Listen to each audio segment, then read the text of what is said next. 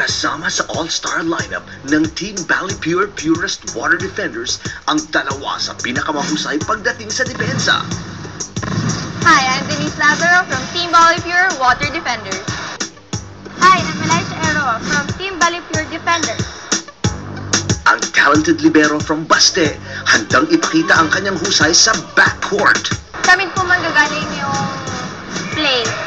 Kaya po sobrang laki po ng role namin. Siya yung nagmamanage ng depensa sa likod. Gagawin ko na lang po lahat ng makaya ko every game.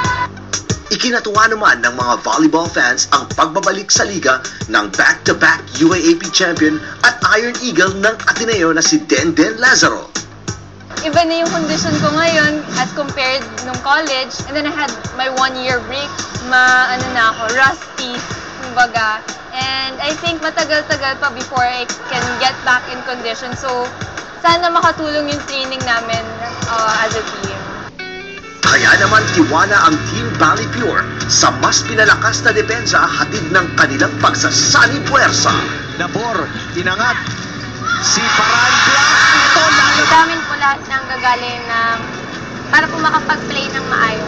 The libero position is very important kasi yun yung #1 defender mo sa team. And everything starts with defense. How can you set up a good play without your defense, your first ball, diba? But hindi naman libero lang yung tatrabaho sa depensa. Lahat ng nasa loob kailangan tumabaho. It's just, you have to play your role. Gagawin ko yung best ko at papatunayan ko din po na kaya kong makatulong sa team.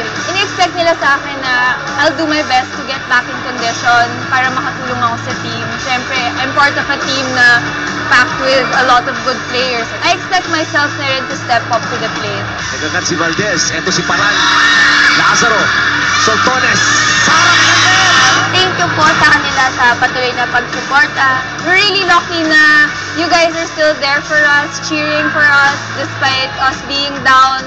How many points, you're still there to give us that energy, that extra push that we need to get every single point for the game. Honest, tignan mo kung paano inabangan yung bola.